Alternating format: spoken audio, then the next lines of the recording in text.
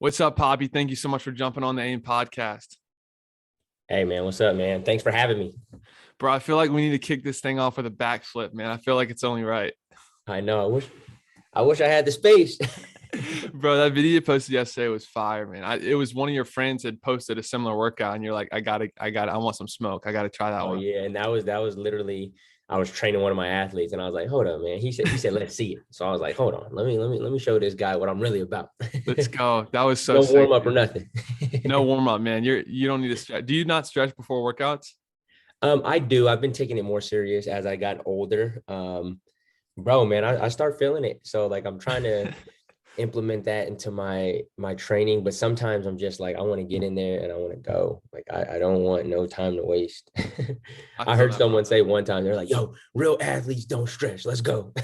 Bro, for real, like even during my time playing college basketball, dude, like there was a lot of teammates of mine that would like roll up to practice, no stretch, just go. I'm like, bro, Just go, I have bro. to stretch. I don't have that in my bag yet. Yeah, that's what I mean, I used to be that guy. I used to just show up and be like, all right, I'm ready to go. But like I said, man, as you get older, you start implementing little things into your daily, routine, and it helps. So That's fire, bro. I don't want to cause controversy, bro, but I truly think you're probably the most athletic member of the 10,000 group. Again, not trying to hey, start anything. I'm just being real, just what I've we seen with like my we eyes. like to listen, man. I would like to think I am. And again, there's a lot of, there's a lot of CrossFitters. There's a lot of, I mean, Eric Hemden did Ironmans and all different kind of things. The thing is, you got to define athletic. A Yeah. lot of people say, when you're in the CrossFit world, people are like, oh, I'll beat you at, the skiers and the rows. And does that make you more athletic than me? I don't believe so. I think being athletic is an all around athlete. Like you put me on a basketball court, I'm gonna win. You put me on a football field, I'm gonna win. You put me on a tennis court, I'm gonna win. Put dodgeball, any sport. Like if you that defines an athlete to me. Like at being athletic. I taught myself how to backflip. I taught myself how to front flip. That's athleticism. Facts. No, I agree, So, bro. but who 100%. knows, man? All the guys are great. All the guys are athletic. All the guys are freaking superhuman. We got skateboarders. We got No doubt. freaking swimmers and all kind of. We got American Ninja Warriors on the squad, which are super athletic. Guys can run, but everyone defines athleticism, differently. So Yeah. No, I got to put this out there so I don't get cooked. Like I love the 10,000 guys. Like you guys are dope, yeah, but you are an exceptional athlete. And obviously, you guys have a lot of other cool people too. Like it's been cool to see y'all each kind of have similarities, but do your own things and kind of crush whatever you're sure. doing. But no, you're a savage, bro.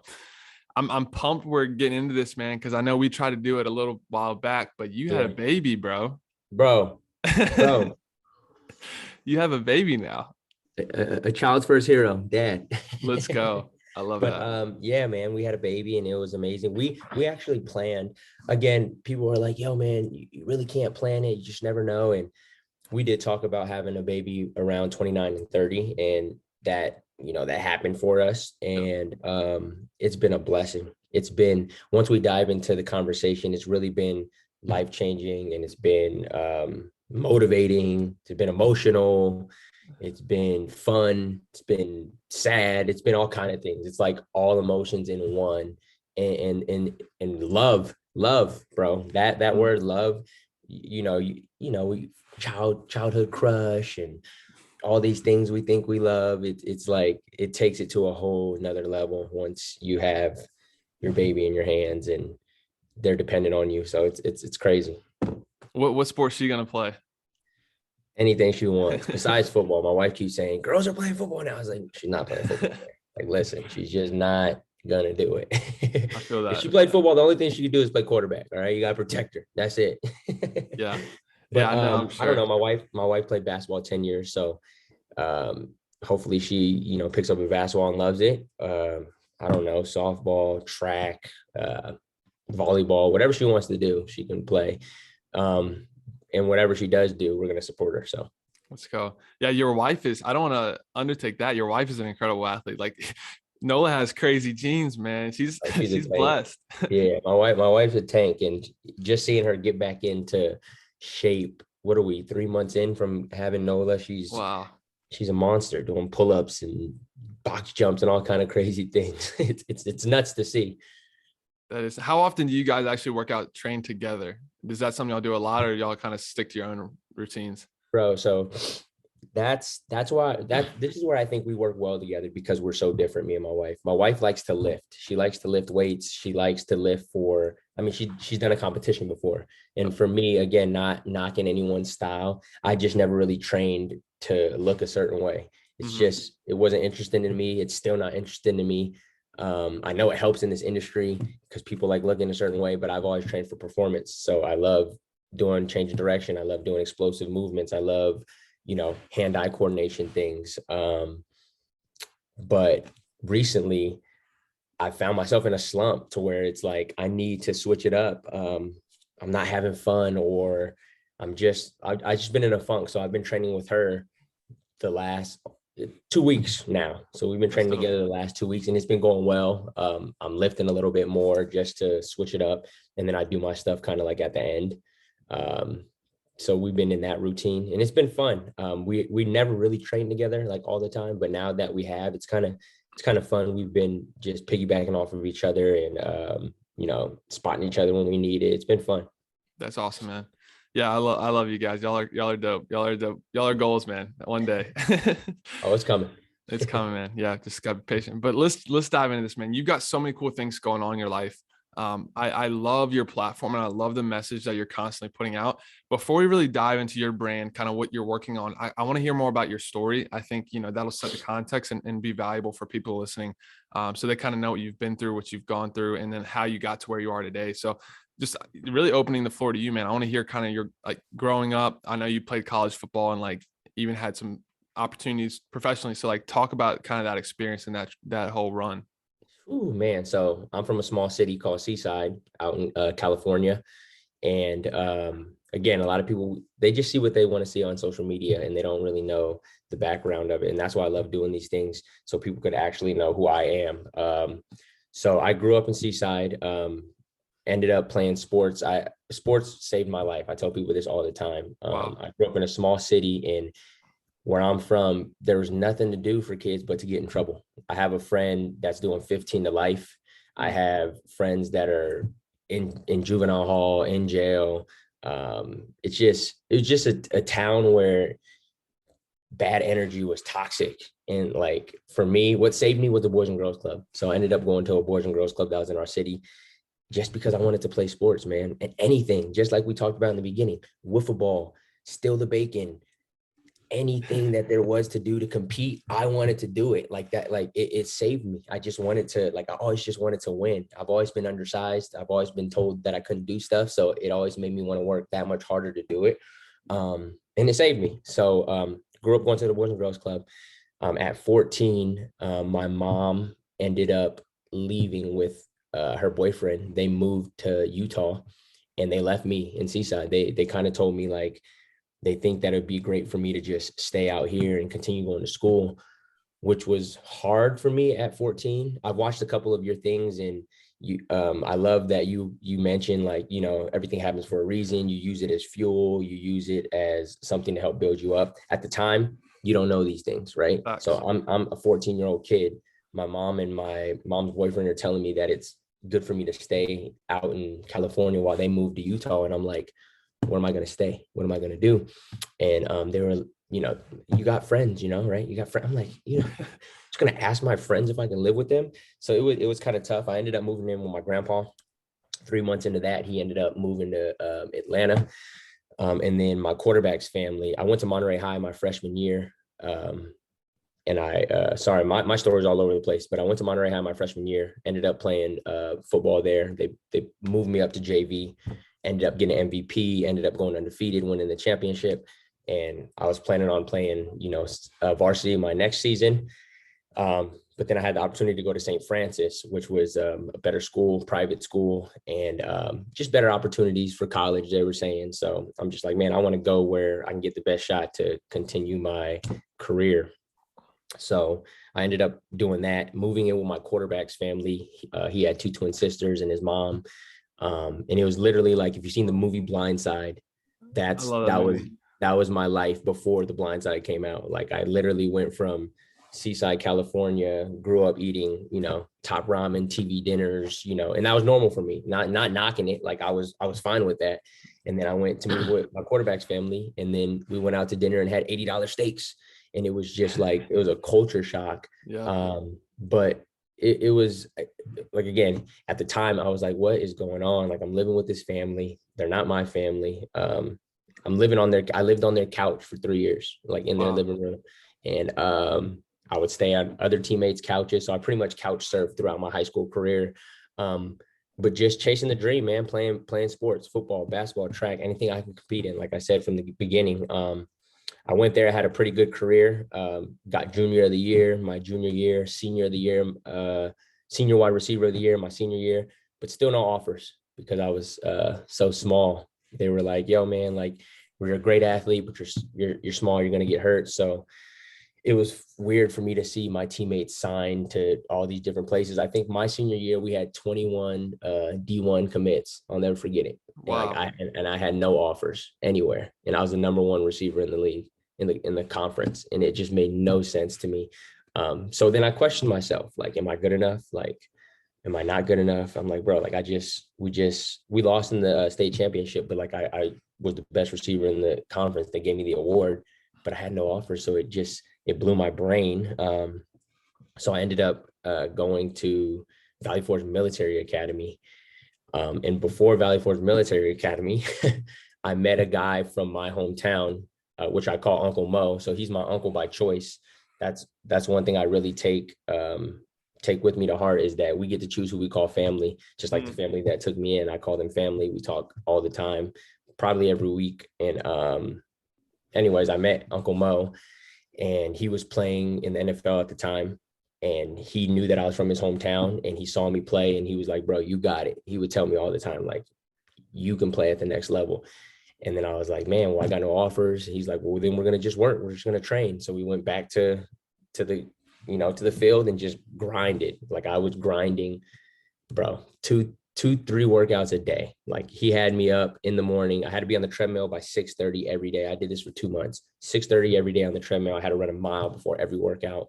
I would work out. After that, I would go back to the house, eat breakfast, sleep, then would hit the sand at 12, workout, then eat lunch. And then probably later in the afternoon, depending on his day too, we would go back to the gym, bro, 2-3 times a day. Just lift, sand, lift, sand, lift, running routes, lift, sand, lift. And it was a routine, and it was a grind. So then that led up to me going with him to Miami. We trained in Miami when he was on the Dolphins, trained in San Diego. He was like flying me to all these places just to train. And then I had the opportunity to go to Valley Forge Military Academy, which is out in Pennsylvania, just for more opportunities, try to find a scholarship. And I was just like, man, like, he kept telling me that I could play. I was kind of doubting myself because everyone told me I couldn't. And when you're young, you don't know about, man, believe in yourself, like now. Right. So I was just like, all right, man, let's go to Valley Forge Military Academy, see how it goes. Ended up going there. We went undefeated, number 1 team in the country. I was the leading receiver in the conference, 2-3 touchdowns a game.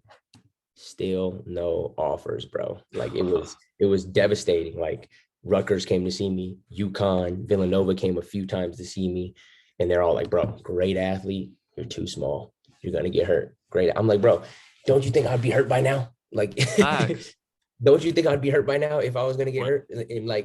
And another fun fact is, every team that I played on, I've won a championship. Like, and I was leading on those teams. So it was just really devastating. So after that season, I ended up playing basketball there as well at Valley Forge Military Academy. Finally ended up getting an offer, D2, right? And I'm like, all right, this is cool, right? For and basketball or football? For both. Okay. They offered me for basketball and football at Bloomsburg University. And then I got offered to play football at what was the other D2 school? I think it was Westchester or something. Okay. I think it was Westchester. I think that's what it was called. But anyways, told my uncle, he was not excited at all. I was like, yo, man, I got offered to go play basketball, football. He was like, D2. And like, literally his face was like, D2. He's like, bro, you are not a D2 athlete. And then I was like, bro, like it's something, right? It's something. Like I'm excited. Someone finally wants me. And he was like, no, man, you're better than D2. He's like, if you go D2, you can get lost. He kept telling me that you can get lost. If you go D2, if you go to junior college, you can get lost. What if you get hurt at a D2? Like then no one's really gonna know what you're made of. So went back with him. I literally finished Valley Forge Military Academy, got in my car, suspended license, no money, and I drove across country 45 hours to go train, just to go train again. He's like, come home, we're gonna train again. And I was like, like what? He's like, come home, we're gonna train again. So I drove 45 hours across the country, slept in my car one night. And I'm like, what am I right now? What I think I'm like 19, 20 right now. And I'm just like, got a flat tire in Texas. I'm scared. I don't know nothing. Got no money, bro. It's crazy. I'm like, I can't get pulled over. I'm like, cruise control, speed limit. Like it was insane. Anyways, I think I made it there in 45 hours. And then I ended up living upstairs in his guest room in Seaside, and we just trained again. And then once college started rolling around, we finally decided like, yo, man, let's just walk on to a university. Villanova was very interested in me. No one knows that my grandfather went there and he was a Hall of Famer there. And I never told anyone until I graduated because I wanted to make my own name there. And so I ended up taking that route. I was like, you know what, I'm gonna walk on at Villanova. It's a great university. It's D1.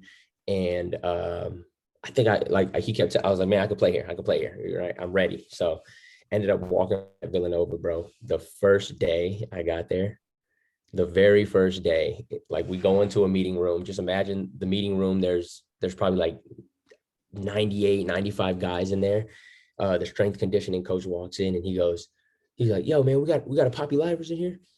And I was like, oh shit, he's talking about me. He's like, you got Poppy Livers in here? And I was like, oh yeah, that's me, coach. He's like, stand up. So I'm like, okay. So I stood up and I'm like, I thought we were going to introduce people to the team. And he goes, who the fuck do you think you are? Yeah, bro. And like, it's funny, but I was, I'm scared. I'm like, what?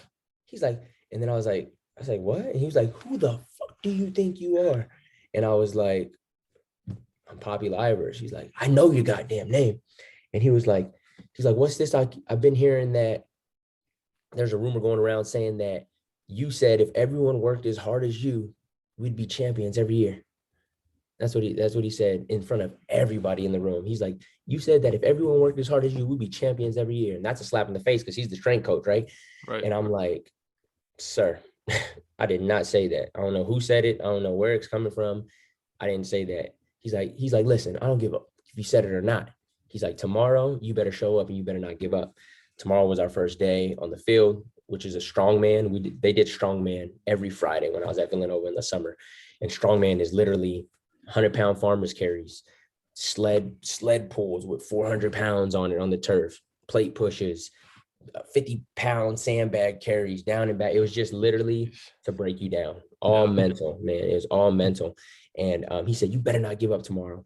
And in my mind, I was like, whatever you throw at me, bro, there ain't nothing that I haven't been through already, going from my mom leaving, going from driving across the country, going from training in Miami and San Diego and all these places.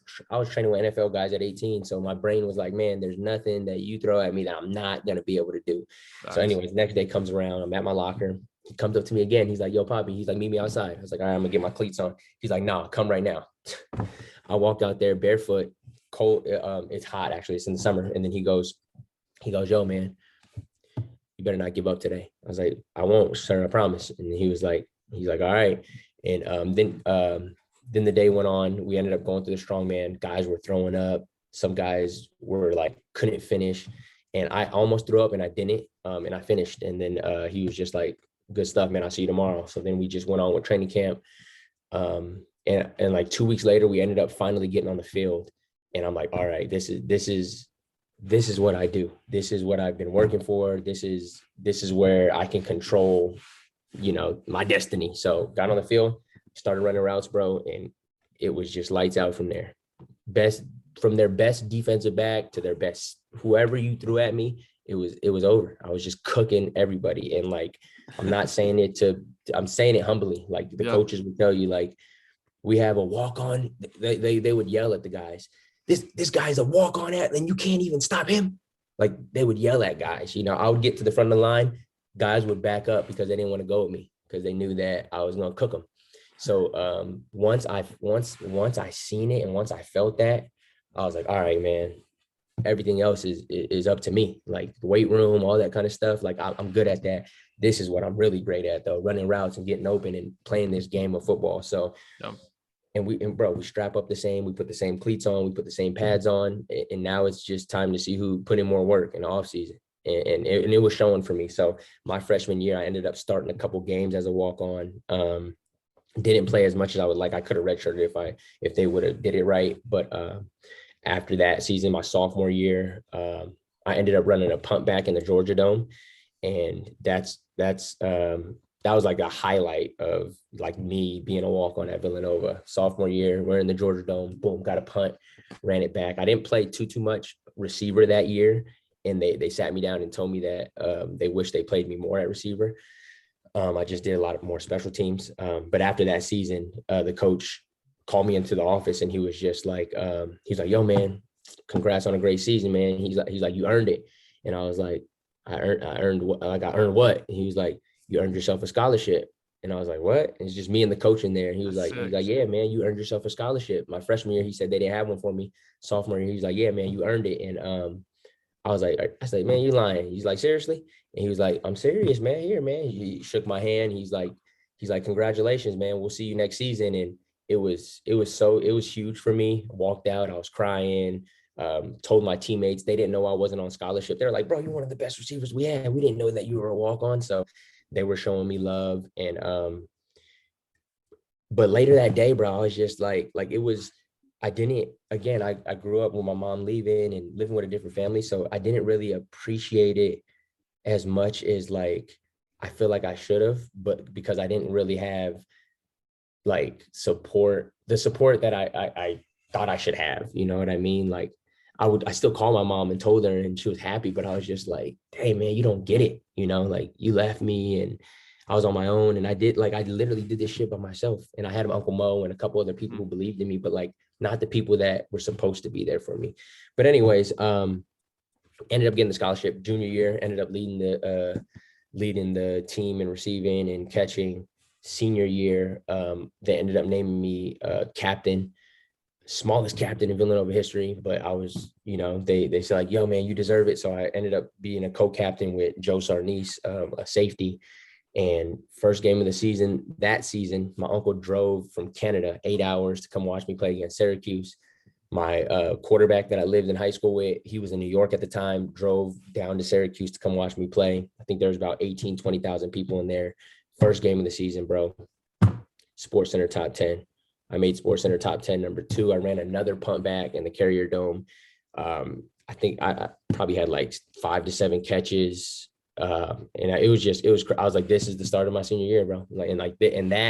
That SportsCenter top 10 just led up to the rest of the season. Next game, they punted to me again, 25-yard return. Next game, they didn't even want to punt it to me anymore. But I think I still had like 2 touchdowns the next game.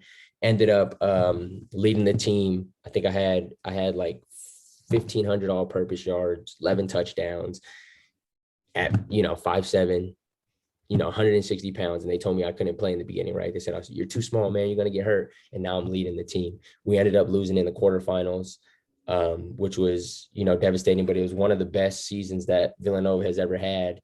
And with me being the captain and me, just my journey, right? I was very happy about it. 11-3 season. I had a great season. After that season, the best reward that I ever have received in football was after this season.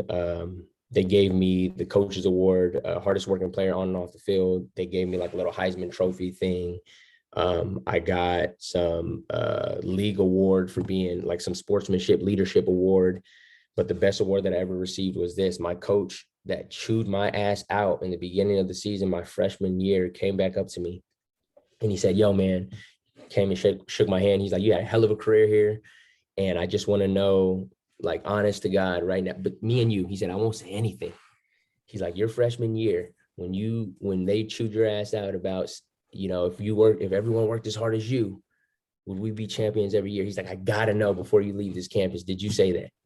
And I was like, Coach, I looked him in the eye and I said, honest to God, Coach, I did not say that. It didn't come out of my mouth. I don't know who said it. I was like, I'm sticking with my word, man. And then he looked at me and he said, he's like, man, I wish you fucking said that. He said, because if everyone worked as hard as you, we'd be champions every year. And throughout my whole career, bro, I have 4 rings. That's the best reward that I've ever received. Wow. Is just the hardest working player that he's ever been around. And I knew it, man. Like, I knew I put in the fucking work. I knew I could play D1. I knew that I can help a team win a championship. And for him to see that, you know, it took him 4 years. And even, I mean, watching me in high school, it took him that long to see that. It was just the best reward that I could ever receive, like over any trophy, any ring. It was just the fact knowing that, like, yo, you're the hardest motherfucker I've ever been around. And I carried that with me. Like I said, once I got my scholarship, I was like, man, fuck that scholarship. I should have been had it. So I used that. Like I tell people all the time, man, I got a walk on mentality. So anything that I do, I feel like, I don't know why, my brain tells me like, you're not good enough. You're not good enough. They tell you can't do it. So I'm just like, yeah, watch this. You know what I mean? So I always just push a little bit harder than I think I have to. But yeah, and then after that, the story goes on. I kept chasing the dream. 49ers called me after the season, brought me into camp in 2015. And it was a dream. I grew up in the Bay, loved the 49ers. They brought me into camp. And I was just like, I was just like, bro, like, this is crazy. Like, I have an opportunity to like train with the Niners right now. Fucking like, and y'all told me I couldn't play. Like, it was just unreal. They let me go in camp though. So then I ended up staying in Cali. I did some landscaping, just trying to figure out life at that time. And then I was like, man, this is killing my back. I don't know if I want to do this forever. 3 months into landscaping, I got a Facebook message from Spain and Germany. And they're like, yo, man, would you like to come play football over in Europe? And I was like, bro, man, I don't play soccer. Man, I play football. And then they were like, no, American football. And I was like, what? So I looked into it deeper, and they were like, yeah, man, we'll pay for your housing. We'll pay you each month, and we'll give you a car. And I was like, what? I was like, all right, well, I don't want to be doing landscaping. I do want to still play football. So I was like, you know what? I'm going to take this opportunity. And with me being Spanish, half Spanish, I was surprised that I chose Germany. But then now it's like, hey, I met my wife overseas. Again, bro, I went overseas to Germany, didn't know the language. I just knew that I was there for one reason, and that was to win games. And we ended up going undefeated, winning a championship. Wow. After that season, I met my wife. I met my wife probably like, I think 3 or 4 months into the season. But the last game of the season, it was like it was like a freaking book. I freaking scored the last touchdown. I proposed at the last game of the season. I proposed in 3 months, man. And now going on 5 years, married. We have a little girl. We're in America. We talk about it all the time. It's crazy. But yeah, so after that season, won a championship. I moved in with her. And the Philadelphia Soul ended up reaching out to me. And they were like, yo, man, if you come out here and try out for the team, guarantee that you'll make it. And I was like, what do you mean guarantee? They're like, just come out here and do your thing, man. So I told her about it, and she was like, hey, if you make the team in America, she's like, I'll move out to America with you. And I was like, what? I was like, you'll move to America? She was like, if you make the team, I'll move out there. I was like, bro, if that's not motivation enough, I was like, all right. So like 2 weeks later, I got a flight, ended up going to Philly, training at the Lincoln Financial Field where the Eagles train. And I was 2 out of 250 guys that made the team from the tryout. 250 guys tried out, only 2 made it. Me and a defensive end made it. And ended up going to camp, ended up playing in 2017, ended up winning another championship. I'm like, bro, like these rings just keep finding me, bro. Every team I'm on, like, so. And then I played again in 2018, ended up having a level 2 tear in my Achilles. I took 19 off, got into the fitness industry. And then 20, I was going to play again. And then COVID happened. And then now here we are. I'm talking to the one and only Doug, the man himself. Bro, you have honestly, man, I'm very grateful that you took the time to share that, because you have a really powerful story. It's kind of long. I'm sorry, but no, dude, no, that's the kind of story that you can help so many people with. I'm just, wow, I'm blown away. That's amazing, bro. Just keep going. That's my thing. That's where get better, get beat comes from, bro. I mean, let's dive into that. So this is the brand, Get Better, Get Beat. You started this. When did you start this? When did you start that brand?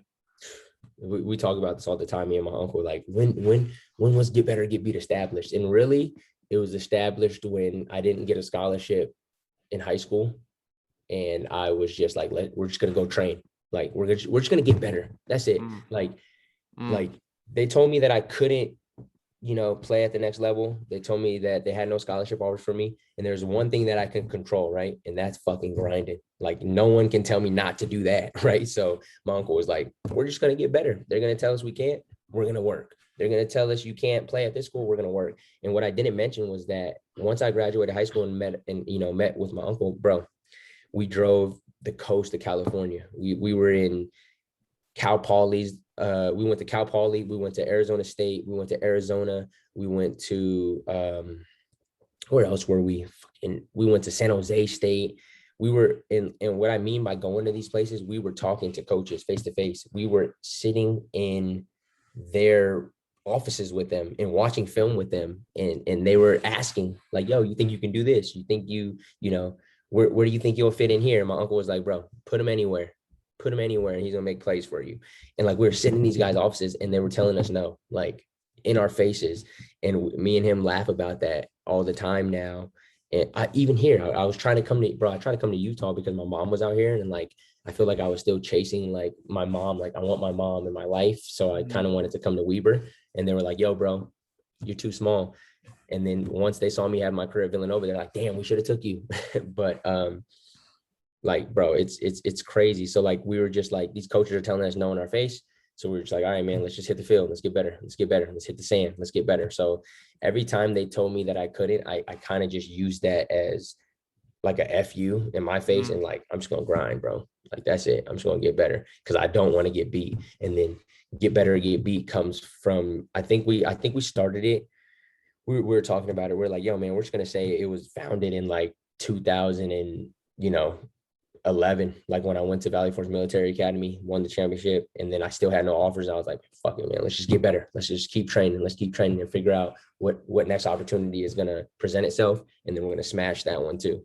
So that's where, and Get Better, Get Beat is just like, we just don't want to lose. Like just having that mentality of like, whatever you tell me I can't do, whatever you think that I can't do, I'm going to show you that I can do it times 10.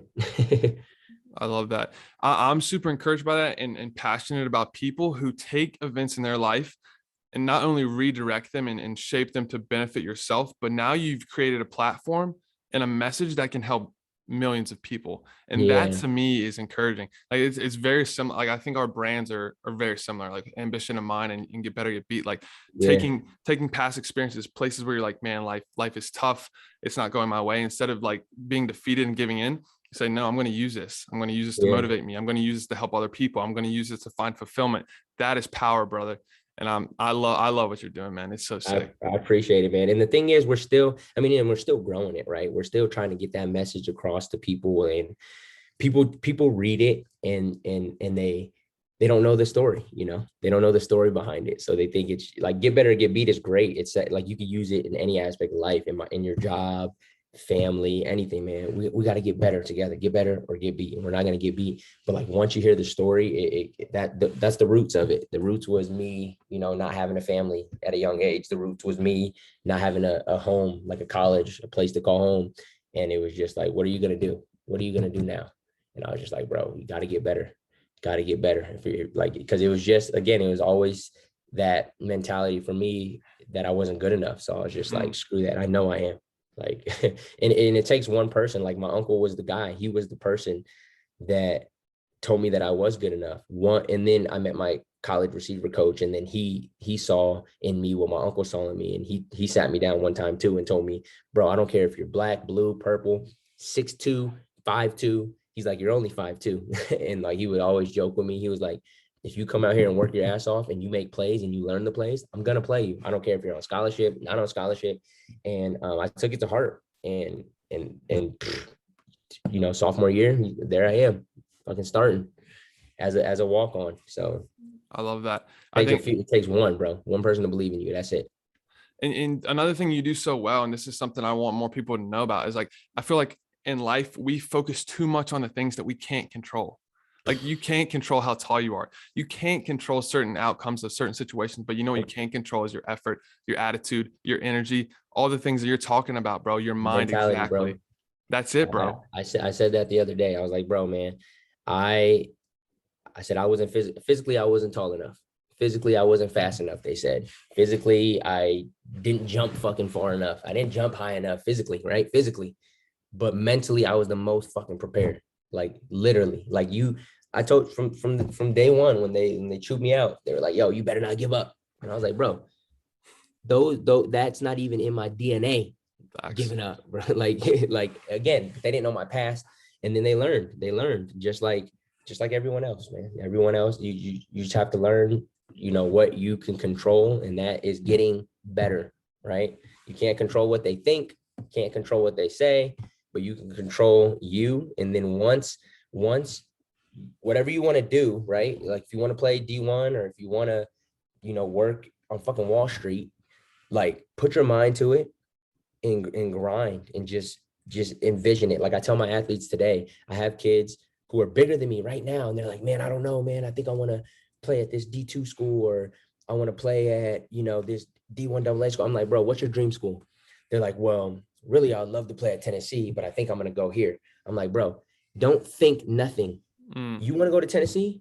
That's what you keep in your brain, right? Keep Tennessee in your brain, right? Why can't you play at Tennessee? I tell them. And they're like, well, I'm not fast enough, or I'm not big enough, or, the coaches think, bro, stop. Think Tennessee. When you get on the fucking field, you play like you're going to go play at Tennessee, and then we'll see what happens, right? We'll see what happens. But if you think that you can't already because other people are telling you that you can't, then you're never going to do it. So my uncle instilled that in me, bro. He's like, bro, you worked your ass off. You worked too hard for them to tell you can't play here. So get your ass on the field, close your mouth, and just work, right? So and that's what we do, and that's what I did.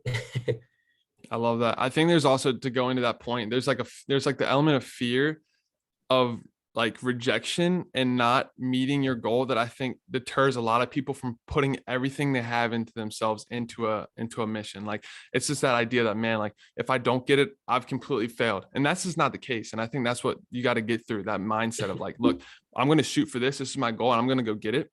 And then I'm going to give it everything I have, whatever happens. But you can't go into it saying, oh yeah, I probably won't get it, even though I really want it. Like that just can't be the mindset. Yeah, that, bro. I get like goosebumps thinking about that kind of stuff, because even in life, man, like even what we're doing now, it's kind of like I don't know when you started your podcast, but you're like, man, like you see all these people doing podcasts, and you're like, man, maybe I want to do that. And it probably took you, again, maybe you started fucking right away, or maybe it took you like a month or two because you were nervous, or like no one's gonna listen, or like where is this gonna go, right? Like we're in this now. I'm in a different world now. I'm in the real world, right? And I'm working on social media, and we're it's just human nature to be nervous of like failure. Like that's like, if you don't think that you're gonna fail, then you're probably not human or something, because like it's just natural, right? And you're like, fuck, man, like what if I fail? And like that fear can stop you from doing something. Or you're like, fuck it, I might fail, let's still do it, right? Let's still do it, like get better and get beat, bro. Like that's why we're in it. That's what we tell each other all the time. So it's crazy, man. And I think people look at failure as like the end. Like failure is not the end. It is if you give up. Yeah. Like failure can be such a good thing. Like people look at, in our society, like failure has such a negative connotation. Failure is a stepping stone to get closer to winning. Like you have to go through that, and that's what people are like scared of. It's all about how you look at it. It's not the end. The That's end is what when you give up. Yeah. And As long as you don't give again, up, keep man, going. I was scared. I thought about giving up. I thought about just not, bro. There was times where I cried in my car by myself, didn't tell anybody, but I'm just like, what am I going to do with my life? Like it's crazy that a sport, man, this sport has really football, it just sports in general has really molded like what I do today, right? Like just, the structure. I tell everyone all the time, your kids should play sports because it teaches you so much. It teaches you organization. It teaches you discipline. It teaches you just to fucking show up, right? It teaches you sports helped me get good grades, and like sports didn't get the grades for me, but like if you don't have this certain GPA, your ass is not playing. And what do I want to do? I want to play. So I'm going to figure out whatever I got to do to get this 2.7 or 2 point whatever the hell I got to get so I can be on the field, right? So it's really molded me, bro, to like who I am today and like how I do things. Like waking up early. When you need me up at 4:30, I'm gonna be up. Don't ask me again if I'm gonna be up, because I will. That's just my mindset. I woke up every day 5:30. Like I'm good. Like if I tell you I'm gonna do something, I'm gonna do it, right? Like that was, or you're not playing. And what do I want to do? I want to play. That's what I tell people all the time. So, but that fear of failing, like it almost got me at a young age, because I didn't have guidance and I didn't have, again, my family. I didn't have a father figure in my life. So it was kind of like, damn, like, what am I gonna do? You know, I feel like it almost got me, bro. I'm telling you, I was scared. I was young, and I just didn't have any guidance. But then once Uncle Mo came into my life and he believed in me, bro, I'm telling you, I tell you all the time, man. Takes one person to believe in you, and he believed in me.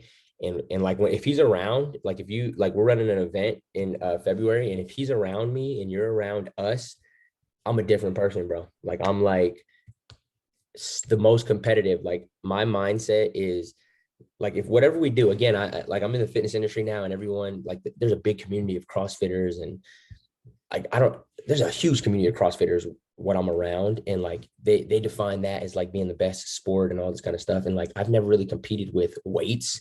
So like when we get into that world, I'm just like, bro, it's go time. And like my mindset is like, if we play basketball or if we play football, if we're doing burpees or whatever the fuck we're doing, I want you to beat me. Like I'm saying it, like I genuinely want you to beat me, Doug. I want you to win, but I'm not gonna let you win. And that's the mindset. Like we're gonna play one-on-one right now. You play D1 basketball or whatever the hell you did. I want you to win, but I am not gonna let you beat me. I promise, right? Like I'm gonna have you gonna earn every bucket. Like, so that's my mindset with everything. I told my guy, like, bro, man, beat the guy next to you, beat the person next to you. Like that's what you want to do, but it's just gonna get you guys better, right? It doesn't mean you're better. It just means that you guys are pushing each other to be better. Like For sure. Dude, I love that, man. This has been a dope conversation. I do want to dive into this event you're doing. I think it's super dope. I love the concept of it. Training like an athlete. Like talk a little bit about what you're doing coming up So, February 5th.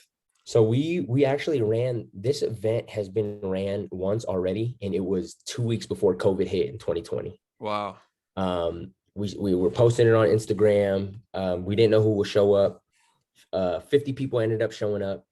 And it was great, man. Literally, people got in there, and you literally train the way that I've trained to get to the next level. Like we were in there, box jumps, running on treadmills, change of direction, and you do little cleans and all kind of things. Like it was insane. Like I'm thinking about it right now in my head as I'm telling you it.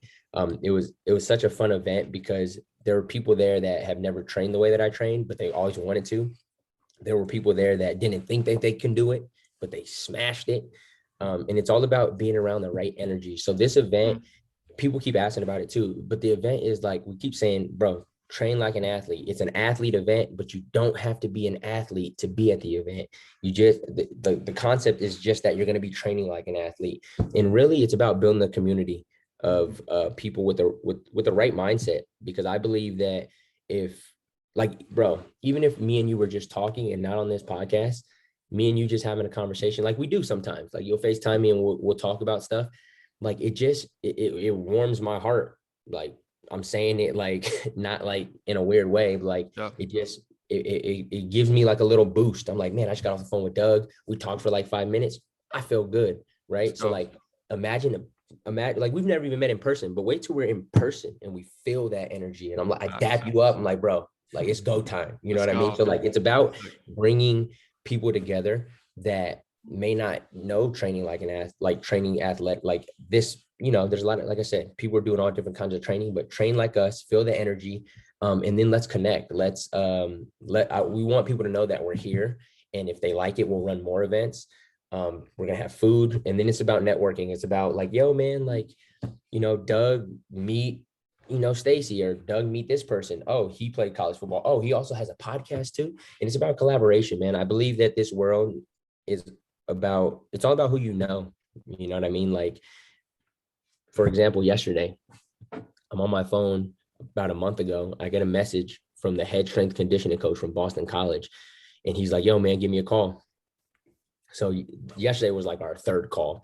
Called me yesterday and he's like, yo, man, when do you plan on coming up to Boston? And I'm like, dang, man, I don't know, man. I don't think my wife wants to move to Boston, but we think we're planning on going in July. We're going to go see the campus. We're going to go see how they run things. He wants me to be a strength conditioning coach there. That's awesome. At Boston College, but it's because he like he mentioned Villanova. He saw my journey. You know, this coach, you know, knows about you. He thinks that you'll be great around the guys. Guys want to be around other people that share similar stories. He's like, your story is great. We would love to have you here.